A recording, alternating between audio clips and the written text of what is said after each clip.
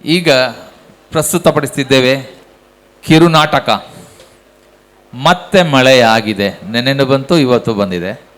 ನಮ್ಮ ರೋಟರಿ ಮಿತ್ರರಿಂದ ಇದರ ಪರಿಕಲ್ಪನೆ, ಸಾಹಿತ್ಯ, ಸಂಭಾಷಣೆ, ನಿರ್ದೇಶನ ರೋಟೇರಿಯನ್ RS ಜೈಶೇಖರ್ ಅವರಿಂದ.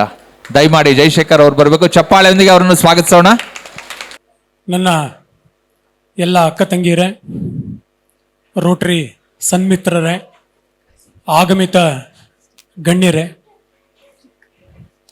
ಚಾರ್ಟರ್ ನೈಟ್ ಬಗ್ಗೆ ಸಂದೀಪ್ ಸರ್ ಹತ್ರ ನಾವು ಮಾತಾಡಿದಾಗ ಒಂದು ಸ್ಕಿಟ್ ಮಾಡೋಣ ಅಂತ ಅಂದ್ಕೊಂಡ್ವು. ನಮ್ಮ ಮುಂದೆ 2 ಆಯ್ಕೆಗಳಿದ್ವು, ಒಂದು ಕಾಮಿಡಿ ಸ್ಕಿಟ್ಟು ಮತ್ತು ಒಂದು ಎಮೋಷನಲ್ ಸ್ಕಿಟ್ಟು.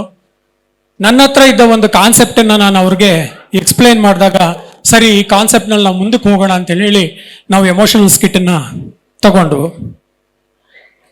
ನಾವು ಯಾರು ಪ್ರೊಫೆಷನಲ್ ಆಕ್ಟರ್ಸ್ ಅಲ್ಲ, ಇನ್ಕ್ಲೂಡಿಂಗ್ ಮೀ. ಮೊದಲು ಪ್ರಾಕ್ಟೀಸ್ನಲ್ಲಿ ನಮಗೆ ಈ ಸ್ಕಿಟ್ ನಮಗೆ ಮಾಡೋಕ್ಕಾಗುತ್ತಾ ಅನ್ನೋ ಅನುಮಾನ ಕೂಡ ಬಂದಿತ್ತು. ಆ ಸಮಯದಲ್ಲಿ ನಮ್ಮ ಪ್ರೆಸಿಡೆಂಟ್ ಸಂದೀಪ್ ಸರ್ ಅವರು, ಸ್ಕಿಟ್ ಗೆದ್ರೆ ಕ್ರೆಡಿಟ್ ನೀವು ತಗೊಳ್ಳಿ, ಫೇಲ್ಯೂರ್ ಆದರೆ ನಾನು ಅದನ್ನು ತಗೊಳ್ತೀನಿ ಅಂತೇಳಿ ನಮಗೆ ಹುಮ್ಮಸ್ಸನ್ನ ಕೊಟ್ಟರು. That is real leadership quality. ಅವರ ನಂಬಿಕೆ, ಅವರ ಎನ್ಕರೇಜ್ಮೆಂಟ್ ಇವತ್ತು ಈ ಸ್ಕಿಟ್ಟನ್ನು ನಿಮ್ಮ ಮುಂದೆ ತರುವಂಥ ಧೈರ್ಯವನ್ನ ನಮಗೆ ಕೊಟ್ಟಿದೆ. ಈ ಸ್ಕಿಟ್ನಲ್ಲಿ ಕೆಲವೊಂದು ಎಮೋಷನಲ್ ಲೈನ್ಸ್ ಇದೆ, ವಾಯ್ಸ್ ಮಾಡ್ಯುಲೇಷನ್ಸ್ ಇರುತ್ತೆ, ಕೆಲವು ಮಾತುಗಳನ್ನು ತುಂಬ ನಿಧಾನವಾಗಿ ಹೇಳಬೇಕಾಗತ್ತೆ, ತುಂಬ ಕಡಿಮೆ ವಾಯ್ಸ್ನಲ್ಲಿ ಕೂಡ ಹೇಳಬೇಕಾಗತ್ತೆ. ಹಾಗೇನೆ ನನ್ನ ಎಲ್ಲ ಸ್ನೇಹಿತರು ತುಂಬ ಕಷ್ಟಪಟ್ಟು ಈ ಸ್ಕಿಟ್ಟನ್ನು ಪ್ರಾಕ್ಟೀಸ್ ಮಾಡಿದ್ದಾರೆ. ಲೇಟ್ ನೈಟ್ವರೆಗೆ ಅವರು ಪ್ರಾಕ್ಟೀಸ್ ಮಾಡಿದ್ದಾರೆ. ಅವರ ಈ ಪರಿಶ್ರಮಕ್ಕೆ ಗೌರವವಾಗಿ ಮುಂದಿನ ಕೇವಲ 30 ನಿಮಿಷಗಳು ನಾವು ದಯವಿಟ್ಟು ನಮ್ಮ ಎಲ್ಲ ಮೊಬೈಲ್ ಫೋನ್ಗಳನ್ನು ಸೈಲೆಂಟ್ ಮೋಡ್ನಲ್ಲಿಟ್ಟು ಆ ಪಾತ್ರಗಳ ಮಾತುಗಳಿಗೆ, ಅವರ ಭಾವನೆಗಳಿಗೆ ನಿಮ್ಮ ಚಪ್ಪಾಳೆಗಳ ಮೂಲಕ ಪ್ರೋತ್ಸಾಹಿಸಿ ಅಂತೇಳಿ ನಿಮ್ಮನ್ನೆಲ್ಲ ಕಳಕಳಿಯಿಂದ ಕೇಳ್ಕೊಳ್ತೀನಿ. ನಿಮಗೆ ಪಾತ್ರಗಳು ಬೇಗ ಅರ್ಥ ಆಗಲಿ ಅನ್ನೋ ಉದ್ದೇಶದಿಂದ ನಾನು ಹೆಚ್ಚು ಸಮಯ ತಗೊಳ್ಳದೆ ಪಾತ್ರಗಳ ಪರಿಚಯ ಮಾಡಿಕೊಡ್ತೀನಿ. ಕಥಾನಾಯಕಿ ಗೌರಿ ಪಾತ್ರದಲ್ಲಿ ಶ್ರೀಮತಿ ಲಲಿತಾ ಪಂಚನಾಥನ್ ಅವರು. ಚಪ್ಪಾಳೆ ಬರಲಿ.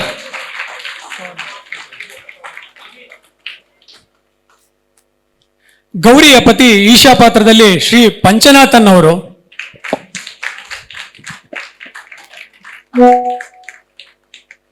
ಗೌರಿಯ ಅಣ್ಣ ಮಾಧವ ಪಾತ್ರದಲ್ಲಿ ಅತ್ಯಂತ ಸುಂದರವಾಗಿ ನಿಮ್ಮ ಮುಂದೆ ನಮ್ಮ ಪ್ರೆಸಿಡೆಂಟ್ ಸಂದೀಪ್ ಸರ್ ಅವರು.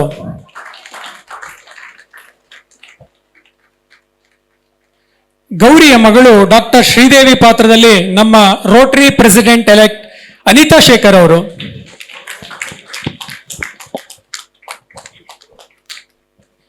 ಗೌರಿಯ ಭಾವಿ ಅಳಿಯ ಡಾಕ್ಟರ್ ವಿಷ್ಣು ಪಾತ್ರದಲ್ಲಿ ಅವರ ಪಾಸ್ಟ್ ಪ್ರೆಸಿಡೆಂಟ್ RDG ಶೇಖರ್ ಅವರು.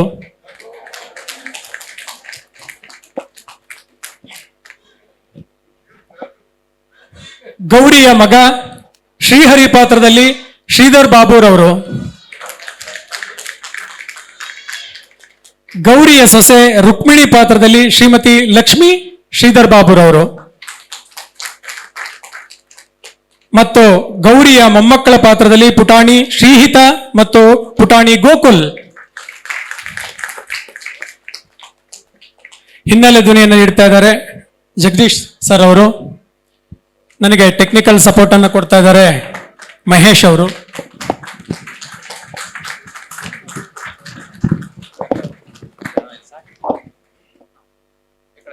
ಸ್ಕಿಟ್ ರಿಹರ್ಸಲ್ ಸಂದರ್ಭದಲ್ಲಿ ರಮೇಶ್ ಬಾಬು ಅವರು ಹಾಗೂ ಜರೀನಾ ಅವರು ನೀಡಿದ ಸಹಕಾರವನ್ನು ನಾವು ನೆನಪಿಸಿಕೊಳ್ಳಬೇಕು. ಬನ್ನಿ, ಮುಂದೆ ಬನ್ನಿ.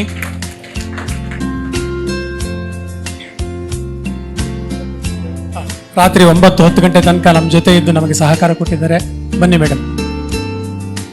ಹಾಗೇನೆ ಈ ಸ್ಕಿಟ್ ಕೇವಲ ಕಾಲ್ಪನಿಕವಾದದ್ದು, ಯಾರ ಮನಸ್ಸನ್ನು ನೋಯಿಸುವಂತ ಉದ್ದೇಶ ನಮ್ಮದಲ್ಲ. ಇನ್ನೇನು ಕೆಲವೇ ಕ್ಷಣದಲ್ಲಿ ಸ್ಕಿಟ್ ಪ್ರಾರಂಭ ಆಗುತ್ತೆ. ದಯವಿಟ್ಟು ಎಲ್ಲರೂ ನಿಮ್ಮ ಮೊಬೈಲ್ ಫೋನ್ಗಳನ್ನ ಮತ್ತೊಮ್ಮೆ ಕೇಳ್ಕೊಳ್ತಾ ಇದ್ದೀನಿ, ಸೈಲೆಂಟ್ ಮೋಡ್ನಲ್ಲಿಟ್ಟು ಮನಸಾರೆ ಈ ಸ್ಕಿಟ್ಟನ್ನು ನೋಡಿ ಆನಂದಿಸಿ ಅಂತೇಳಿ ಮತ್ತೊಮ್ಮೆ ಕೇಳ್ಕೊಳ್ತೀನಿ. ಪ್ರತಿಯೊಬ್ಬರ ಜೀವನದಲ್ಲಿ ಒಂದು ಕತೆ ಇರುತ್ತದೆ. ಹೊರಗೆ ಕಾಣಿಸೋ ನಗುವಿನ ಹಿಂದೆ ಹೇಳಲಾಗದ ನೋವುಗಳಿರ್ತವೆ. ಕೆಲವೊಮ್ಮೆ ಅಹಂಕಾರ, ಅತಿಯಾದ ಪ್ರೀತಿ ಮತ್ತು ತಪ್ಪು ತಿಳುವಳಿಕೆಗಳು ನಮ್ಮವರನ್ನು ನಮ್ಮಿಂದ ದೂರ ಮಾಡಿಬಿಡುತ್ತವೆ. ಇದು ಒಂದು ಕುಟುಂಬದ ಕತೆ ಮಾತ್ರ ಅಲ್ಲ, ನಮ್ಮ ಸುತ್ತಲೂ ನಮ್ಮೊಳಗೂ ನಡೆದು ಹೋಗುತ್ತಿರುವ ಕತೆ. ಗೌರಿ ಈಗ ಒಂಟಿ ಜೀವನ ನಡೆಸಿದ್ದಾಳೆ. ಅವಳಿಗೆ ಎಲ್ಲ ಇದ್ದಾರೆ, ಯಾರೂ ಇಲ್ಲ. ಆಶ್ಚರ್ಯ ಪಡಬೇಡಿ, ಬನ್ನಿ ಗೌರಿಯ ಜೀವನದ ಒಳಗೆ ಹೋಗೋಣ.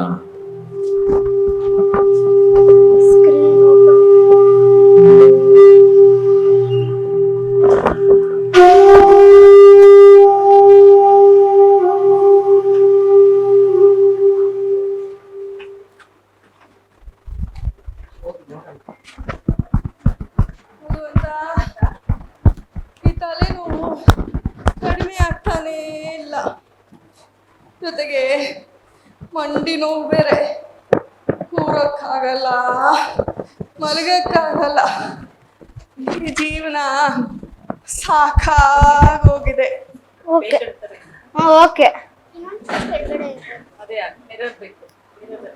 ಲೋ, ಎಲ್ಲಿದ್ಯೋ ಪುಟ್ಟ? ಕುಡಿಯೋಕೆ ನೀರ್ ಬೇಕು ಕಣೋ. ನನ್ ಬಿಟ್ರೆ ನನ್ ನೋಡ್ಕೊಳ್ಳೋಕೆ ಯಾರಿದಾರೋ? ನೀನು ನನ್ ಮಾತು ಕೇಳಿಲ್ವೇನೋ? ಬಿಡ್ಸಿ. ಬಾರೋ.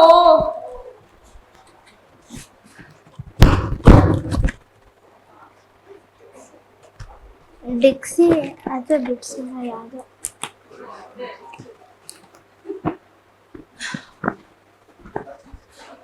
ಜಾಣ ಕಣು ನೀನು. ದೇವ್ರು ನಿನ್ನನ್ನ ನಾನು ನೋಡ್ಕೊಳ್ಳೋಕೆ ಅಂತಾನೆ ಕಲ್ಸಿದಾನೆ. ಎಂತ ಸೃಷ್ಟಿ ದೇವ್ರು ನಿಂದು. ಕಷ್ಟನೂ ನೀನೇ ಕೊಡ್ತೀಯ, ಸುಖನೂ ನೀನೇ ಕೊಡ್ತೀಯ. ನೀನೇ ಆದಿ, ನೀನೇ ಅಂತ್ಯ, ನೀನೇ ಸರ್ವಸ್ವ. ಎಷ್ಟು ಸತ್ಯ ಅಲ್ವಾ? ಭಗವಂತ ಪ್ರತಿಯೊಬ್ಬರ ರಕ್ಷಣೆನ ತಾನೇ ಖುದ್ದಾಗಿ ನೋಡ್ಕೊಂತಾನೆ.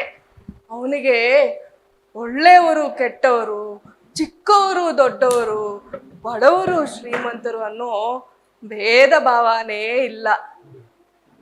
ಆದರೆ ನನ್ನಿಂದ ಆದ ಹಲವು ತಪ್ಪುಗಳಿಂದ ನನ್ನಿಂದ ನನಗೆ ಶಿಕ್ಷೆ ಆಗಿದೆ.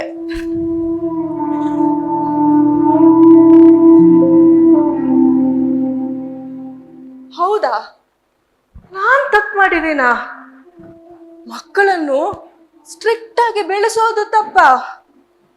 ಯಾರಿಗೂ ಹೆದರದೆ ನಮ್ಮ ಮನೆಯನ್ನ ದಿಟ್ಟಾಗಿ ನಡೆಸೋದು ತಪ್ಪ?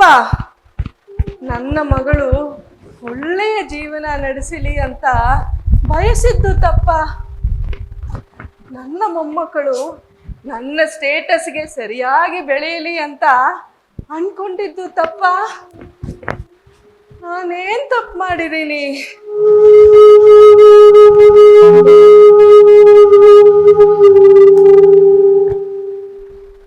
ಈ ಮನೆ ಎಷ್ಟು ಗದ್ದಲದಿಂದ ತುಂಬಿತ್ತು. ಇವತ್ತು ಗಡಿಯಾರದ ಟಿಕ್ ಟಿಕ್ ಶಬ್ದ ಕೂಡ ದೊಡ್ಡದಾಗಿ ಕೇಳಿಸ್ತಾ ಇದೆ. ಒಮ್ಮೆ ಅಮ್ಮ ಅಂತ ಕರಿತಿದ್ದ ಧ್ವನಿಗಳು ಇವತ್ತು ನೆನಪುಗಳಾಗಿದೆ. ನನ್ನ ಮಗಳು ಶ್ರೀದೇವಿ ನನ್ನ ಹತ್ರ ಇಲ್ಲ. ನನ್ನ ಮಗ ಶ್ರೀಹರಿ, ನನ್ನ ಸೊಸೆ ರುಕ್ಮಿಣಿ US-ಗೆ ಹೊರಟೋದ್ರು. ನನ್ನ ಮೊಮ್ಮಕ್ಕಳನ್ನ ನೋಡಿ ಎಷ್ಟೋ ವರ್ಷಗಳಾದವು.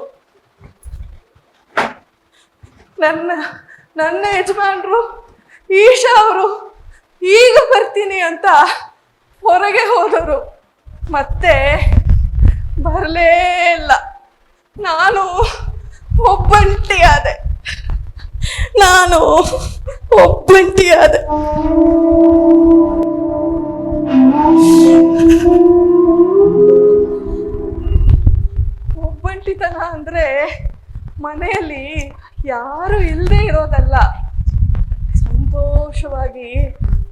ಮಾತನಾಡೋ ಮನಸ್ಸುಗಳು ಹತ್ರ ಇಲ್ಲದೆ ಇರೋದು.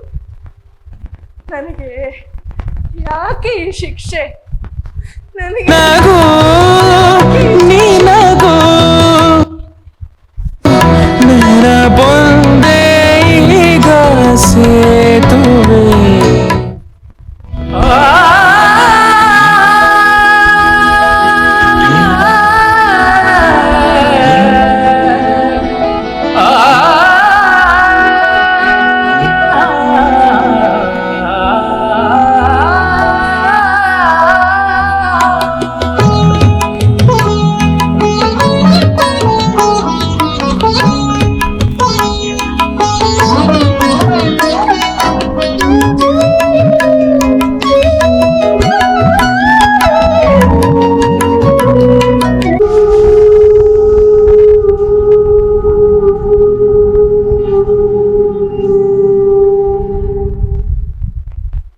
ಅಹಂಕಾರ ನಿಧಾನವಾಗಿ ನಮ್ಮ ಸುತ್ತ ಗೋಡೆ ಕಟ್ಟುತ್ತೆ.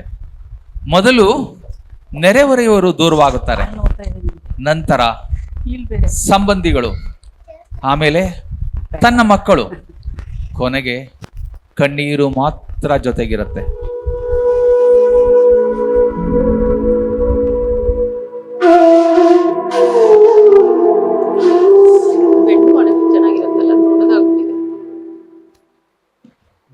ತಲೆ ಕಾಣುತ್ತೆ. ಗೌರಿ, ಏ ಗೌರಿ, ಆ ಕಡೆ ಈ ಕಡೆ ಯಾಕೆ ನೋಡ್ತಾ ಇದೀಯಾ? ನನ್ನ ಕಡೆ ನೋಡು. ನೀನೇ ನನ್ನನ್ನ ಈ ಫೋಟೋ ಫ್ರೇಮ್ ಒಳಗಡೆ ಹಾಕಿಟ್ಟಿದೀಯಲ್ಲ. ಏನು ಅಂದ್ರೆ ಇದು ನೀವೇ? ಇದು ನಿಮ್ಮ ಶಬ್ದನೇ? ನನ್ ಕಣ್ಮುಂದೆ ಬನ್ರಿ, ನನ್ನನ್ನ ಒಬ್ಬಂಟಿ ಮಾಡಿ ಹೊರಟೋದಲ್ರೇನ್ರಿ? ಹುಚ್ಚಿದೀಯಾ ನೋಡು ನೀನು. ನಿನ್ನನ್ನು ನಾನು ಒಬ್ಬಂಟಿ ಮಾಡಿಲ್ಲ. ನೀನೇ ನಿನ್ನ ಈಗೋ ಇಂದ, ಅಹಂಕಾರದಿಂದ, ಶ್ರೀಮಂತಿಕೆಯ ದರ್ಪದಿಂದ, ನಿನ್ನದೇ ಆದ ಅಧಿಕಾರ ನಡೆಯಬೇಕೆಂಬ ಗರ್ವದಿಂದ ಇವತ್ತು ಒಬ್ಬಂಟಿಯಾಗಿದೀಯ. ನೆರೆಹೊರೆಯರು ಬೇಡ, ಸಂಬಂಧಿಗಳು ಬೇಡ, ನಿನ್ನ ಮಗಳ ಪ್ರೀತಿ ನಿನಗ್ ಬೇಡ. ನಿನ್ನ ಮಗ, ಸೊಸೆ, ಮೊಮ್ಮಕ್ಕಳು ದೂರವಾದರು. ಕೊನೆಗೆ ನನಗೂ ನಿನ್ನ ಸ್ವಭಾವ ಸಾಕಾಗಿ ಕೊರೋನಾ ಸಮಯದಲ್ಲಿ ಹೊರಗೆ ಹೋದೆ, ಮತ್ತೆ ಬರಲಿಲ್ಲ. ನೀನ್ ಮಾಡಿದ್ದನ್ನ ನೀನೇ ಅನುಭವಿಸ್ತಿದ್ದೀಯ.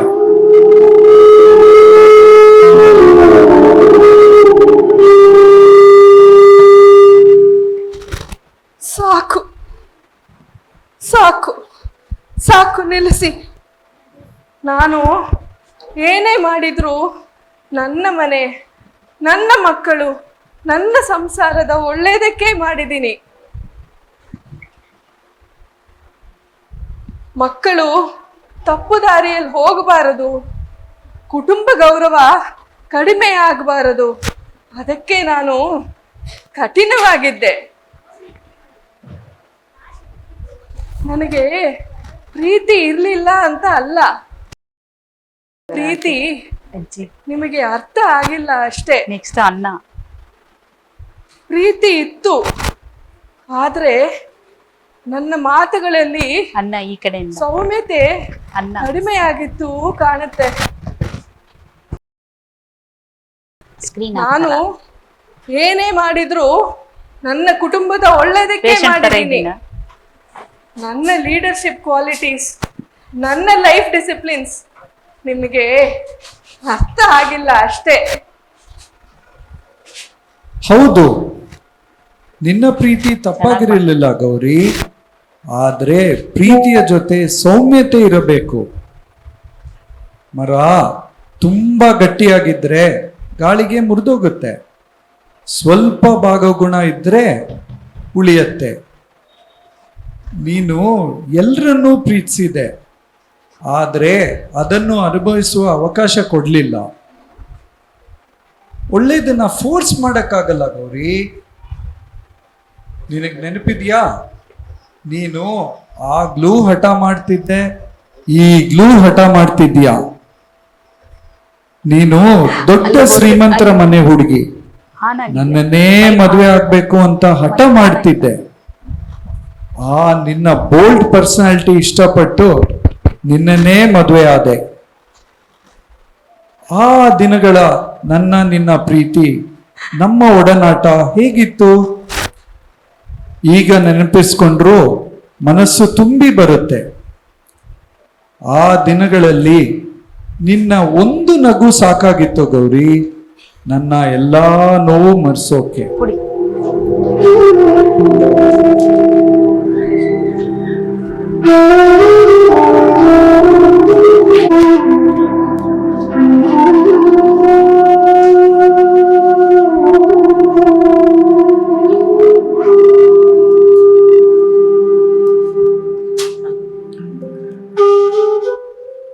ಸಂಬಂಧಗಳು ಒಂದೇ ದಿನದಲ್ಲಿ ದೂರವಾಗುವುದಿಲ್ಲ. ನಾವು ಬೆಳೆಸಿಕೊಳ್ಳುವ ಮನೋಭಾವನೆಗಳು, ಕೋಟ್ ಹಾಕ್ರಿ. ಅದಕ್ಕೆ ನೀರೆರೆಯುವ ಮಾತುಗಳು, ನಮ್ಮ ತಪ್ಪು ತಿಳುವಳಿಕೆಗಳು ನಿಧಾನವಾಗಿ ಮನಸ್ಸುಗಳ ನಡುವೆ ಅಂತರ ಸೃಷ್ಟಿಸ್ತವೆ. ಡಾಕ್ಟರ್ ಗುರುರಾಜ್ ಕರ್ಜಗಿ ಅವರು ಒಂದ್ ಕಡೆ ಹೇಳ್ತಾರೆ, ದುರ್ಯೋಧನನಿಗೆ ಪಾಂಡವರ ಮೇಲೆ ದ್ವೇಷ ಬೆಳೆದಿದ್ದು ಅವನ ಸ್ವಭಾವದಿಂದ ಮಾತ್ರ ಅಲ್ಲ, ಚಿಕ್ಕ ವಯಸ್ಸಿನಿಂದಲೇ ಪಾಂಡವರಿಗೆ ರಾಜ್ಯ ಕೊಡಬಾರದು ಎನ್ನುವ ಮಾತುಗಳನ್ನು ಕೇಳುತ್ತಾ ಬೆಳೆದ ಮನಸ್ಸು ನಿಧಾನವಾಗಿ ದ್ವೇಷವನ್ನೇ ಸತ್ಯ ಎಂದು ನಂಬತೊಡಗಿತು. ಹಾಗೆಯೇ ನಮ್ಮ ಜೀವನದಲ್ಲೂ ಕೆಲವೊಮ್ಮೆ ಅಹಂಕಾರ, ತಪ್ಪು ಅಭಿಪ್ರಾಯಗಳು, ಅತಿಯಾದ ನಿರೀಕ್ಷೆಗಳು ಮತ್ತು ಸುತ್ತಲಿನ ಮಾತುಗಳು ಪ್ರೀತಿಯ ಮನಸ್ಸುಗಳನ್ನೇ ದೂರ ಮಾಡಿಬಿಡುತ್ತವೆ. ಆದರೆ ವಿಚಾರಗಳ ಪರಿಪಕ್ವತೆ, ಜೀವನದ ಅನುಭವ ಮತ್ತು ಸಮಯ ಮನಸ್ಸಿನ ಗಾಯಗಳನ್ನು, ಸಂಬಂಧಗಳನ್ನು ಮತ್ತೆ ಒಂದಾಗಿಸಬಲ್ಲದು. ನೋಡಿ, ಅವರಿಬ್ಬರು ಈಗ ತಮ್ಮ ಯೌವನದ ಜೀವನವನ್ನು ನೆನೆಸಿಕೊಳ್ತಿದ್ದಾರೆ.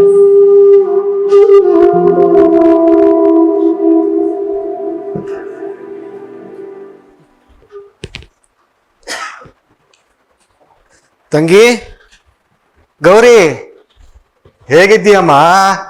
ಹೇಗಿದೆ ಆರೋಗ್ಯ? ಬಾರೋ ಅಣ್ಣ ಮಾಧವ, ಬಾ. ನನ್ನನ್ ಬಿಡು, ಬಿದ್ದೋಗೋ ಜೀವ. ನೀನ್ ಹೇಗಿದ್ಯೋ? ಯಾಕೆ ಹಾಗೆ ಮಾತಾಡ್ತೀಯ ಗೌರಿ? ಚಿಕ್ಕವಳಿದ್ದಾಗ ನೀನು ಅಳ್ತಾ ಇದ್ರೆ ಫಸ್ಟ್ ಓಡಿ ಬರ್ತಾ ಇದ್ದವನೇ ನಾನು. ಇವತ್ತು ಈ ನಿನ್ನ ಪರಿಸ್ಥಿತಿ ನನ್ನಿಂದ ನೋಡೋಕ್ ಆಗ್ತಾ ಇಲ್ಲ ಗೌರಿ. ಕೆಲವೊಮ್ಮೆ ಜೀವನದಲ್ಲಿ ನಮ್ಮ ಹತ್ತಿರ ಇರುವವರ ಬೆಲೆ ಅವರು ದೂರ ಆಗಿಂದ ಗೊತ್ತಾಗತ್ತೆ. ಎಲ್ಲ ಸರಿ ಹೋಗತ್ತೆ, ಧೈರ್ಯವಾಗಿರೋ. ಏನ್ ಸರಿ ಹೋಗುತ್ತೋ ಏನೋ, ಎಲ್ಲ ಮುಗ್ದಿದೆ. ಭಗವಂತ ಕರಿಬೇಕಷ್ಟೆ. ಬಿಡ್ತು ಅನ್ನೋ ಗೌರಿ, ನಿನಗೇನ್ ಮಹಾ ವಯಸ್ಸಾಗಿದೆ? ಅಪ್ಪ ನೀನು ಮದ್ವೆ ಮಾಡಿ ಬೇಗನೆ ಜವಾಬ್ದಾರಿ ಕಳ್ಕೊಂಡ್ರು ಅಷ್ಟೇ. ನೀನು ನನಗಿಂತ ವಯಸ್ಸಿನಲ್ಲಿ ಚಿಕ್ಕವಳು, ಸಾಯೋ ಮಾತೇಕೆ? ನಾನು ನಿನಗಿಂತ ದೊಡ್ಡವನಲ್ವೇ? ನಾನ್ ಮೊದ್ಲು ಹೋಗ್ಬೇಕು. ಅಯ್ಯೋ, ಅಂತ ಮಾತಾಡ್ಬೇಡ ಅಣ್ಣ. ತಮಾಷೆಗೆ ಹೇಳಿದ್ದೆ ಗೌರಿ, ಬೇಜಾರು ಮಾಡ್ಕೋಬೇಡ ಹುಚ್ಚಿ. ಈ ವಿಷಯ ಬಿಡು ಈಗ, ನನ್ನ ಮಾತು ಕೇಳು. ನೀನು ಸುಮ್ಮನೆ ಬಂದು ನಮ್ಮ ಜೊತೆ ನಮ್ಮ ಮನೇಲಿ ಇದ್ಬಿಡು. ಚಿಕ್ಕವಳಿದ್ದಾಗ ಅಮ್ಮ ಬೈದ್ರೆ ಬಂದು ನನ್ನ ಹಿಂದೆ ಬಚ್ಚಿಕೊಳ್ತಾ ಇದ್ದೆ ನೀನು. ಆ ಹಕ್ಕು ನಿನಗೆ ಇದೇ ಗೌರಿ. ಸಾಧ್ಯನೇ ಇಲ್ಲ ಅಣ್ಣ. ನಾನ್ ಬರ್ಸ್ಕೊಂಡ್ ಬಂದಿದ್ದೀನಿ, ನಾನೇ ಅನುಭವಿಸ್ಬೇಕು.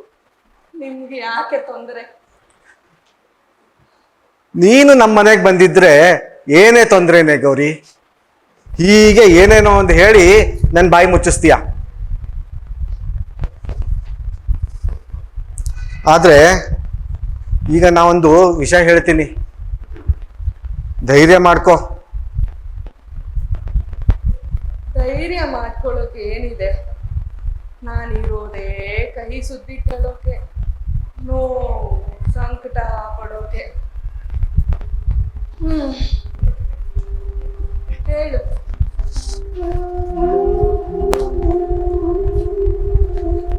ಹೇಗೆ ಹೇಳಿ?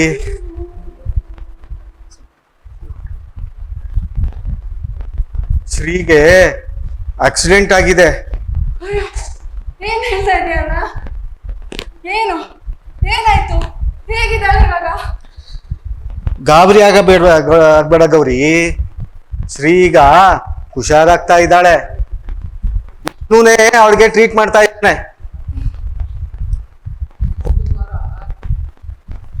ಆಸ್ಪತ್ರೆ ಒಂದು ಸಣ್ಣ ಆಕ್ಸಿಡೆಂಟ್ ಆಯ್ತು.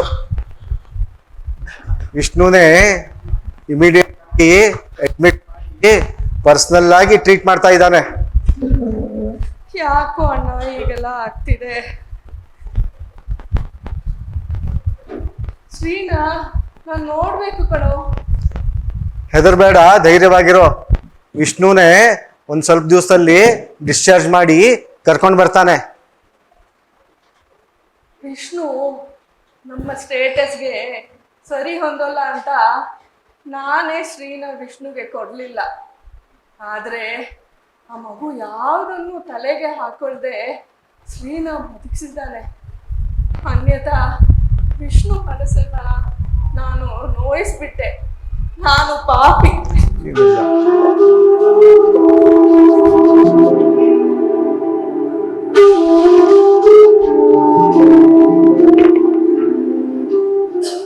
ಹಣ, ಸ್ಟೇಟಸ್, ಈಗೋ ಎಲ್ರೂ ನಾನು ಹೇಳೋದನ್ನೇ ಕೇಳಬೇಕು ಅನ್ನೋದು ಎಲ್ಲ ಭ್ರಮೆ. ನನ್ನವರು ನನ್ನಿಂದ ದೂರ ಆಗ್ತಾ ಇರೋದು ನನಗೆ ಅರ್ಥನೇ ಆಗ್ಲಿಲ್ಲ. ಆಗಿದಾಗೋಯ್ತು. ಶ್ರೀನ ನಾನು ನೋಡ್ಬೇಕಣ್ಣ. ನೀನು ಈ ಪರಿಸ್ಥಿತಿಯಲ್ಲಿ ಆಸ್ಪತ್ರೆಗೆ ಹೋಗೋದು ಬೇಡ, ಧೈರ್ಯವಾಗಿರೋ.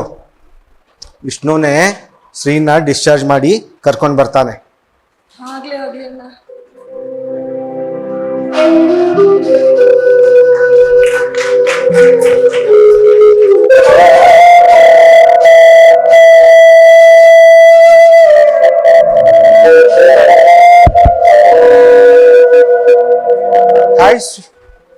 Hi Shri, super yeah. ಹೀಗೆ ಹೇಗಿದೆಯಾ? ಬೆಟರ್ ಕಣೋ ವಿಷ್ಣು. ಇಂಜುರಿ ಪೇನ್ ಸ್ವಲ್ಪ ಇದೆ, ಅದನ್ನ ಬಿಟ್ರೆ I am better now. That sounds good Shri.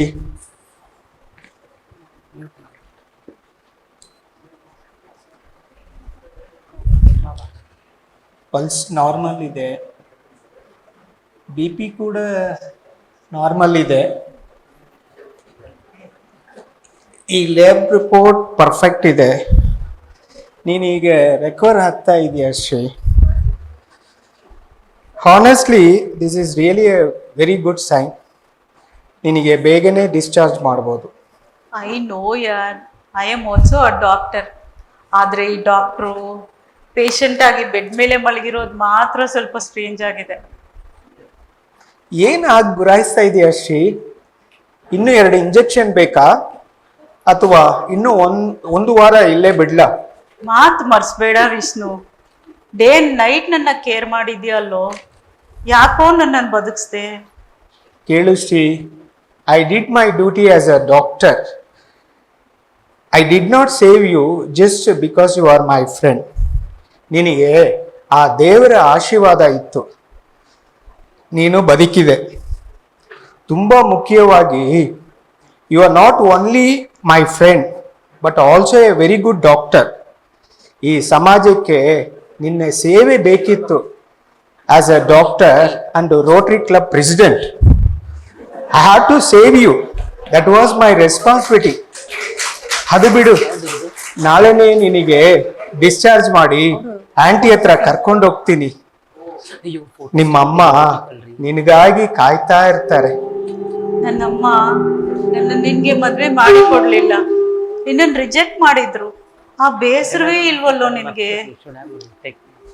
ಕೆಲವರು ಜೀವನದಿಂದ ದೂರ ಆದರೂ ಮನಸ್ಸಿಂದ ದೂರ ಆಗಲ್ಲ ಶ್ರೀ. ವೆರಿ ಆನೆಸ್ಟ್ಲಿ ಎಸ್, ನೋವಾಗಿತ್ತು, ಆದರೆ ಆಂಟಿ ಮೇಲೆ ಕೋಪ ಬಂದಿಲ್ಲ. Love is not always about possessing someone. Sometime love also means standing at a distance and wishing that person happy and good life. ಯಾವ ತಾಯಿಯು ಮಕ್ಕಳಿಗೆ ಕೆಟ್ಟದ್ದು ಬಯಸಲ್ಲ ಶ್ರೀ.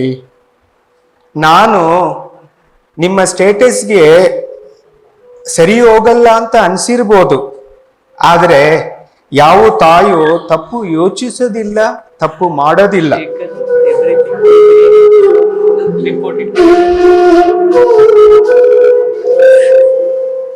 ಅತಿಯಾದ ಪ್ರೀತಿಯಿಂದ ಮಾತ್ರನೇ ತಪ್ಪು ಆಗುತ್ತೆ. ಆ ವಿಷಯ ಬಿಡು, ನಾಳೆ ಡಿಸ್ಚಾರ್ಜ್ಗೆ ರೆಡಿ ಇರು. ನಿಮ್ಮಮ್ಮ ನಿನಗೆ ಕಾಯ್ತಾ ಇರ್ತಾರೆ. ಹಾಗೆ ಆಗ್ಲಿ ವಿಷ್ಣು, ನಾನು ರೆಡಿ ಇರ್ತೀನಿ.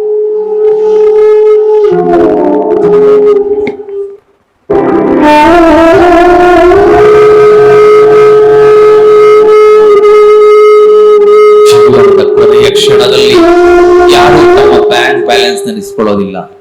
ನೆನಪಾಗೋದು ಒಮ್ಮೆ ಅಮ್ಮ ಅಂತ ಕರೆದ ಧ್ವನಿ, ಒಮ್ಮೆ ಕೈ ಹಿಡಿದವರು ಮತ್ತು ಕಳೆದುಕೊಂಡ ಸಂಬಂಧಗಳು.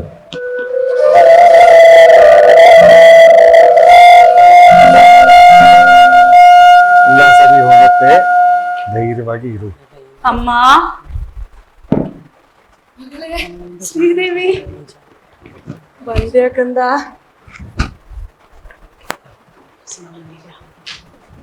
ಹೇಗಿದ್ಯಮ್ಮ ಅಮ್ಮ? ಚೆನ್ನಾಗಿದ್ದೀನಮ್ಮ, ಚೆನ್ನಾಗಿದೀಯಾ? ಅಂಕಲ್ ನಮಸ್ಕಾರ. uncle. ನಮಸ್ಕಾರ ವಿಷ್ಣು. ನಮಸ್ಕಾರ ಆಂಟಿ.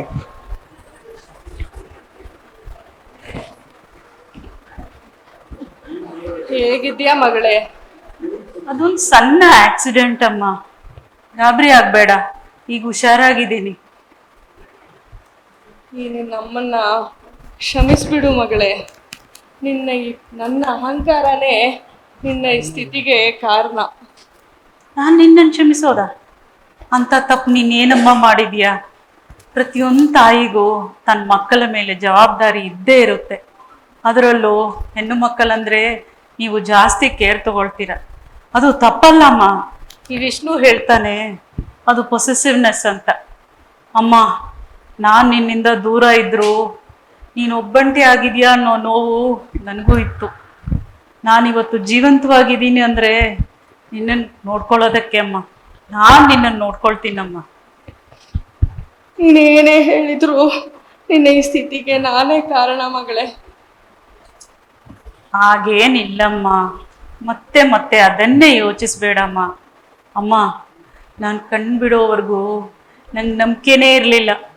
ಈ ವಿಷ್ಣು ಹಗಲು ರಾತ್ರಿ ನನ್ನನ್ನು ನೋಡ್ಕೊಂಡಿದ್ದಾನೆ, ನನ್ನನ್ನು ಕಾಪಾಡಿದ್ದಾನೆ. ನಾನು ಅವನ ಋಣ ಯಾಕೆ ತೀರಿಸ್ಲಿ ಅಮ್ಮ? ನೀನು ನನಗೋಸ್ಕರ ಕಾಯ್ತಾ ಇರ್ತೀಯ ಅಂತ ಬೇಗನೆ ಡಿಸ್ಚಾರ್ಜ್ ಮಾಡ್ಕೊಂಡು ಬಂದಿದ್ದಾನೆ. ಮಗು, ನನ್ನನ್ನು ಕ್ಷಮಿಸ್ಬಿಡಪ್ಪ. ನಾನು ನಿನಗೆ ನನ್ನ ಮಗಳನ್ನ ಕೊಡದೆ ಅಹಂಕಾರ ತೋರಿಸಿದ್ದೆ, ಆದರೆ ನೀನು ದೇವರಾಗಿ ಬಂದು ನನ್ನ ಮಗಳನ್ನ ಬದುಕಿಸಿದ್ಯಾ.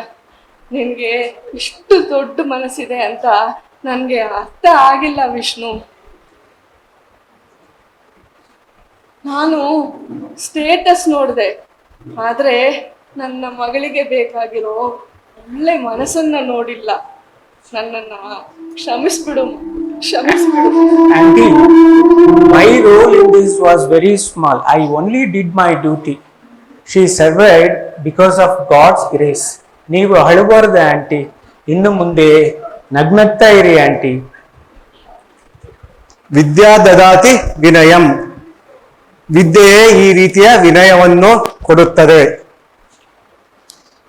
ಕೆಲವರು ತಮ್ಮ ಒಳ್ಳೆಯತನದಿಂದ ದೊಡ್ಡವರಾಗ್ತಾರೆ, ಹಣದಿಂದ ಅಲ್ಲ, ಹುದ್ದೆಯಿಂದ ಅಲ್ಲ, ಮನಸ್ಸಿನಿಂದ. ನಿನ್ನದು ತುಂಬಾ ಎತ್ತರದ ವ್ಯಕ್ತಿತ್ವ ವಿಷ್ಣು. ನಿನ್ನ ಹೆತ್ತ ತಂದೆ ತಾಯಿಯಂದಿರು ಪುಣ್ಯವಂತರು.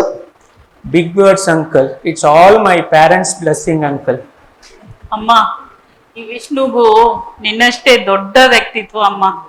ಅವನು ಹೇಳ್ತಾನೆ ಪ್ರತಿಯೊಂದು ತಾಯಿಗೂ ತನ್ನ ಮಕ್ಕಳ ಮೇಲೆ ಪ್ರೊಟೆಕ್ಟಿವ್ ಆಗಿರ್ತಾರೆ, ಭಯ ಇರುತ್ತೆ. ಅದು ತಪ್ಪಲ್ಲಮ್ಮ. ನೋಡಮ್ಮ ಗೌರಿ, ಇನ್ನೇನೆಲ್ಲ ಒಳ್ಳೇದೇ ಆಗ್ತಾ ಇದೆ. ಈ ಮನೆಯಲ್ಲಿ ನಗು ಮತ್ತೆ ಕೇಳಿಸ್ತಾ ಇದೆ. ಇದಕ್ಕಿಂತ ಸಂತೋಷ ಇನ್ನೇನ್ ಬೇಕು? ಹೌದು ಅಣ್ಣ, ಎಲ್ಲ ಒಳ್ಳೇದೇ ಆಗ್ತಿದೆ.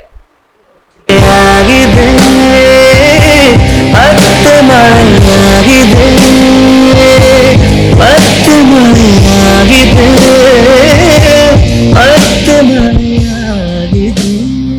ಅಮ್ಮ, ಅಣ್ಣ ಶ್ರೀಹರಿ ಇದ್ದಿದ್ರೆ ಎಷ್ಟು ಚೆನ್ನಾಗಿರ್ತಾ ಇತ್ತಮ್ಮ. ಹೌದು ಮಗು. ಅಮ್ಮ ಶ್ರೀಹರಿ, ಶ್ರೀಹರಿ, ಯಾವಾಗ ಬಂದಿಯೋ ಇಂಡಿಯಾಗೆ? ಹೇಗಿದೆಯೋ? ಚೆನ್ನಾಗಿದ್ದೀನಮ್ಮ, ನೀವ್ ಹೇಗಿದ್ದೀರಮ್ಮ? ನಾನ್ ಚೆನ್ನಾಗಿದ್ದೀನಿ ಕಣೋ. ಅವ ಚೆನ್ನಾಗಿದ್ದೀರಾ? ಚೆನ್ನಾಗಿದ್ದೀನಪ್ಪ. ಚೆನ್ನಾಗಿದೀಯಾ ನೀನು? ಶ್ರೀ ಹೇಗಿದೆಯಾ ಈಗ? ಬೆಟರ್ ಕಣು. Take care bro. ಅವಯ್ಯೋ I am doing good. How are you? ನಾ ಚೆನ್ನಾಗಿದ್ದೀನಿ. ಬೇಗ ಮದುವೆ ಆಗೋ. ಆಯ್ತು. ಅಮ್ಮ ಹೇಳಪ್ಪ. ಮಕ್ಳನ್ನ ಕರ್ಕೊಂಡ್ ಬಂದಿಲ್ವೇನೋ? ಹೇಗಿದ್ದೀರಾ? ಒಂದು ಫೋನ್ ಮಾಡ್ದೆ ಬಂದೇನೋ? ಸಾಕು. ಅಮ್ಮ ನಿಂಗೆ ನಾನು ಸರ್ಪ್ರೈಸು ಶಾಕ್ ಕೊಡ್ಬೇಕಂತೇನಿಲ್ಲಮ್ಮ. ಫೋನ್ ಮಾಡ್ಬಿಟ್ಟು ಬರ್ಲಿಲ್ಲ ಅಂದ್ರೆ ನೀನ್ ಬೇಜಾರು ಮಾಡ್ಕೊಂತೀಯ. ಫೋನ್ ಮಾಡಿ ನಾವ್ ಬರೋಣ ಅಂದ್ರೆ ಅಲ್ಲಿ ಆಗಲ್ಲ. ಎಷ್ಟೊಂದ್ಸತಿ ನಿಮ್ಗೆ ಫೋನ್ ಮಾಡ್ಬೇಕಂತ ಅನ್ಕೊಂತಾನೆ ಇರ್ತೀನಿ, ಆದ್ರೆ ನನ್ಗೆ ಯಾಕೋ ಧೈರ್ಯನೇ ಬರ್ತಿಲ್ಲಮ್ಮ. ಅಮ್ಮ ನಮ್ಗೆ US ಅಲ್ಲಿ ಕಾರ್ ಇದೆ, ಬಂಗ್ಲಾ ಇದೆ, ಗಾಡಿ ಇದೆ, ಹಣ ಇದೆ, ಎಲ್ಲ ಇದೆ ಅಮ್ಮ. ಆದ್ರೆ ನೀವ್ ನಮ್ ಜೊತೆಲಿ ಇಲ್ಲ ಅಲ್ವಾ, ಅದೇ ದೊಡ್ಡ ಕೊರತೆ ಆಗಿದೆ ಅಮ್ಮ. ನಿಮ್ಮನ್ನ ನೋಡ್ಬೇಕು ಅನ್ಸ್ತಮ್ಮ ನನಗೆ, ಅದಕ್ಕೆ ನಾನು ಇಮ್ಮಿಡಿಯೇಟ್ ಆಗಿ ಹೊರಟು ಬಂದೆ ಅಮ್ಮ. ಶ್ರೀಹರಿ, ಮಕ್ಳು ಹೇಗಿದಾರೋ? ರುಕ್ಕು ಹೇಗಿದಾರೋ? ಎಲ್ರೂ ಚೆನ್ನಾಗಿದಾರಮ್ಮ. ನನ್ ಮೊಮ್ಮಕ್ಳು ಬಂದ್ರು, ನನ್ ಮೊಮ್ಮಕ್ಳು ಬಂದ್ರು. ಈ ಅಜ್ಜಿನ ಆಗಿದೆ ಮತ್ತೆ ಮಳೆಯಾಗಿದೆ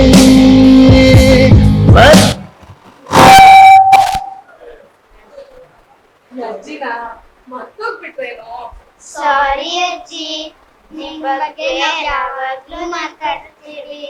ನಿಮ್ದಂತ ನಮ್ಮ ನಿಮ್ದು ತಾತಂದು ಒಂದು ದೊಡ್ಡ ಫೋಟೋ ಇದೆ, ಅದನ್ನ ನಾವು ಡೈಲಿ ನೋಡ್ತೀವಿ. ನಮ್ಮ ಸ್ವೀಟ್ ಅಜ್ಜಿ. ಅಜ್ಜಿ ನಿಂಗೆ ಯಾವ ಚಾಕ್ಲೇಟ್ ಇಷ್ಟ? ನನ್ಗೆ ಯಾವ ಚಾಕ್ಲೇಟು ಬೇಡ, ನನ್ಗೆ ನೀವು ಬೇಕು. ಈ ಮನೆಯಲ್ಲಿ ನಗು ಮತ್ತೆ ವಾಪಸ್ ಬಂದಿದೆ, ನನಗೆ ಅಷ್ಟೇ ಸಾಕು.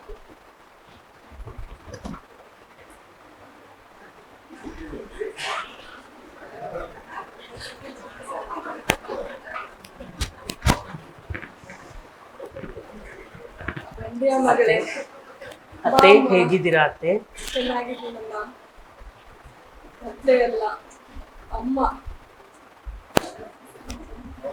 ನಿನ್ನ ನೋಡೋಕೆ ಈ ಜೀವ ಕಾಯ್ತಿದ್ದೆ.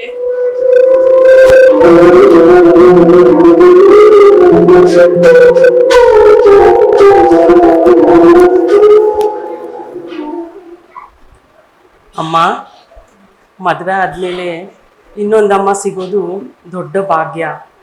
ನಾವು ನಿಮ್ಮಿಂದ ದೂರ ಇದ್ದಿದ್ದೇನೋ ನಿಜ, ಆದರೆ ನಮ್ಮ ಮನಸ್ಸು ಯಾವತ್ತೂ ಈ ಮನೆಯಿಂದ ದೂರ ಆಗಿರಲಿಲ್ಲ.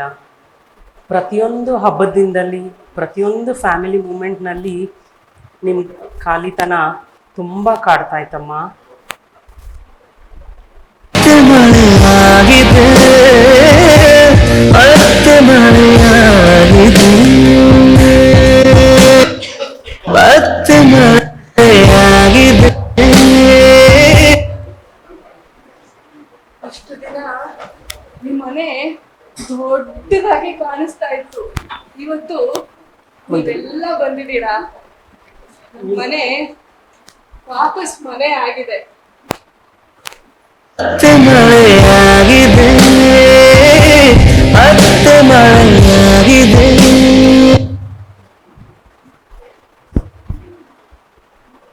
ನೀವೆಲ್ಲ ಬಂದಿದ್ದೀರಿ, ನನಗೆ ಬಹಳ ಖುಷಿ ಆಗ್ತಾ ಇದೆ. ನನ್ನ ಯಜಮಾನ್ರು ಇದ್ದಿದ್ರೆ ಎಷ್ಟು ಚೆನ್ನಾಗಿರ್ತಾ ಇತ್ತಲ್ವಾ?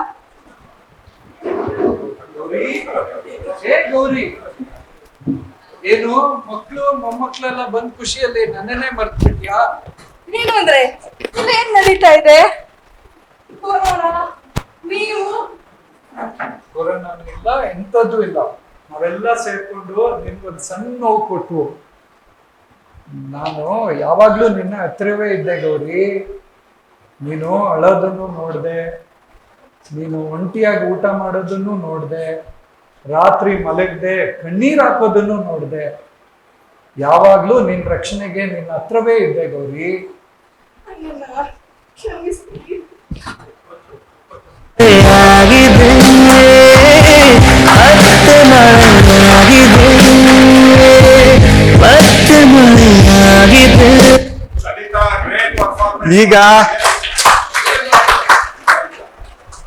ಈಗ ಎಲ್ಲ ಸುಖಾಂತ್ಯವಾಯ್ತಲ್ವಾ?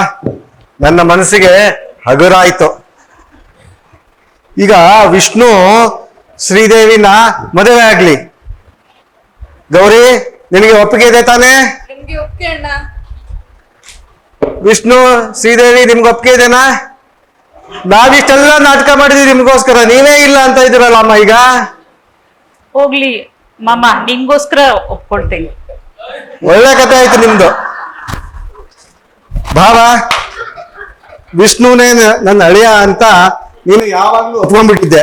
ನಿನ್ನನ್ನು ಕೇಳೋದೇನಿದೆ ಇನ್ನ? ಈಗ ಬೇಗನೆ ಆಗೋದೆಲ್ಲ ಆಗ್ಬಿಡ್ಲಿ. ಶುಭಶ್ಚ ಶೀಘ್ರಂ. ಹಾರ ಬದಲಾಯಿಸೋಣ. ನಮ್ಮ ಡೈರೆಕ್ಟರ್ ಸಾಹೇಬರು ಹಾರಗಳನ್ನ ತಗೊಂಡು ಸ್ಟೇಜ್ ಮೇಲೆ ಬಂದು ಆಶೀರ್ವಾದ ಮಾಡಬೇಕು. ಮತ್ತೆ ಮಳೆಯಾಗಿದೆ, ಮತ್ತೆ ಮಳೆಯಾಗಿದೆ, ಮತ್ತೆ ಮಳೆಯಾಗಿದೆ.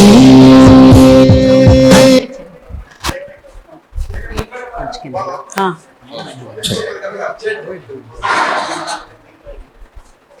ಶ್ರೀದೇವಿ, ಈ ಹಾರನ್ನ ಬದಲಾಯಿಸ್ಕೊಳ್ಳಿ. ಗಟ್ಟಿ ಮೇಳ.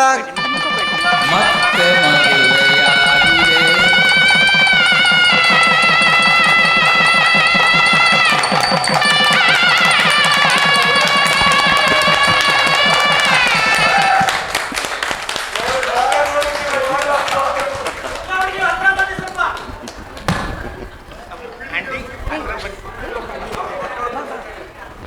ಮಕ್ಕಳೇ ಮುಂದೆ ಬನ್ನಿ. ಅಜ್ಜಿ ಹತ್ರ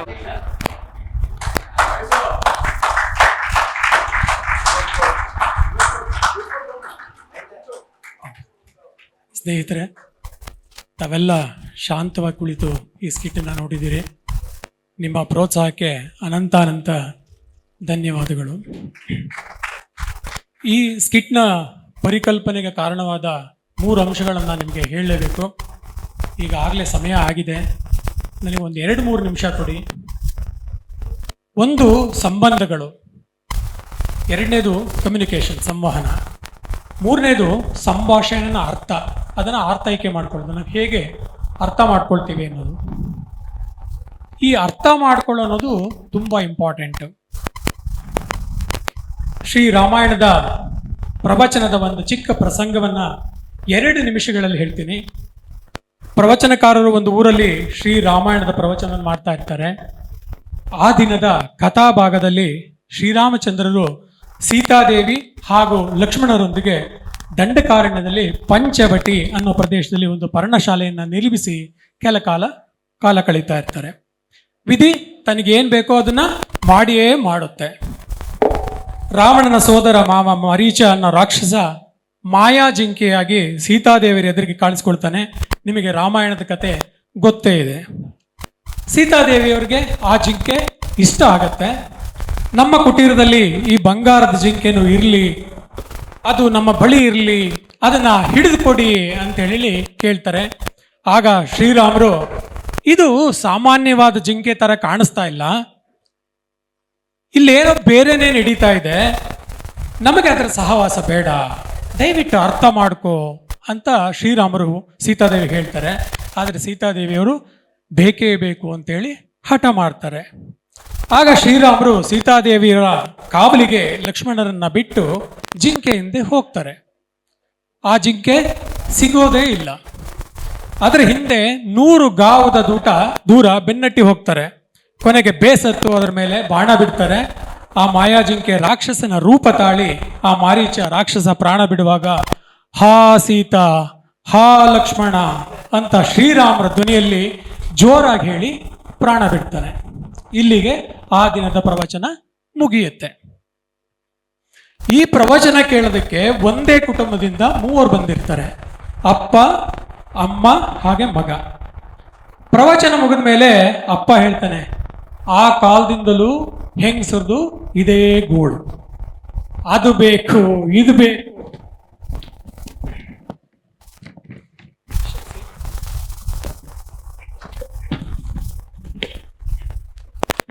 ಅಂತ ಹಠ ಮಾಡೋದೇ ಇವ್ರ ಕೆಲಸ ಆಗೋಯ್ತು. ಶ್ರೀರಾಮಚಂದ್ರರು ಅದು ಮಾಯಾ ಜಿಂಕೆ, ಅದರ ಸಹವಾಸ ಬೇಡ ಅಂತ ಹೇಳಿದ್ರು. ಆದರೆ ಸೀತಮ್ಮ ಕೇಳಲಿಲ್ಲ. ಕೇಳಿದ್ರೆ ಆ ರಾಮಾಯಣನೇ ನಡೀತಿರ್ಲಿಲ್ಲ ಅಂತ ಅಪ್ಪ ಹೇಳ್ತಾನೆ. ಇದು ಅಪ್ಪ ಅರ್ಥ ಮಾಡ್ಕೊಂಡಿದ್ದು. ಅಮ್ಮ ಹೀಗೆ ಅರ್ಥ ಮಾಡ್ಕೊಂಡ್ಲು, ಈ ಗಂಡಸರದು ಆ ಕಾಲದಿಂದಲೂ ಇದೇ ಗೋಳ, ಹೆಂಡತಿ ಕೇಳಿದ್ದನ್ನ ಯಾವತ್ತೂ ಕೊಡ್ಸಿಲ್ಲ. ಶ್ರೀರಾಮಚಂದ್ರನ್ನ ಮರ್ಯಾದಾ ಪುರುಷೋತ್ತಮ, ದೇವರು ಅಂತ ಕರೀತಾರೆ. ಆದರೆ ಒಂದು ಜಿಂಕೆಯನ್ನ ಹಿಡಿದು ಕೊಡೋದಕ್ಕಾಗಲಿಲ್ಲ. ಇದು ಹೆಂಡತಿ ಅರ್ಥ ಮಾಡ್ಕೊಂಡಿದ್ದು. ಆದರೆ ಮಗ ಇತ್ತೀಚಿನವನು, ಅವನು ಈ ರಾಮಾಯಣನೇ ಸರಿ ಇಲ್ಲ ಅಂದ.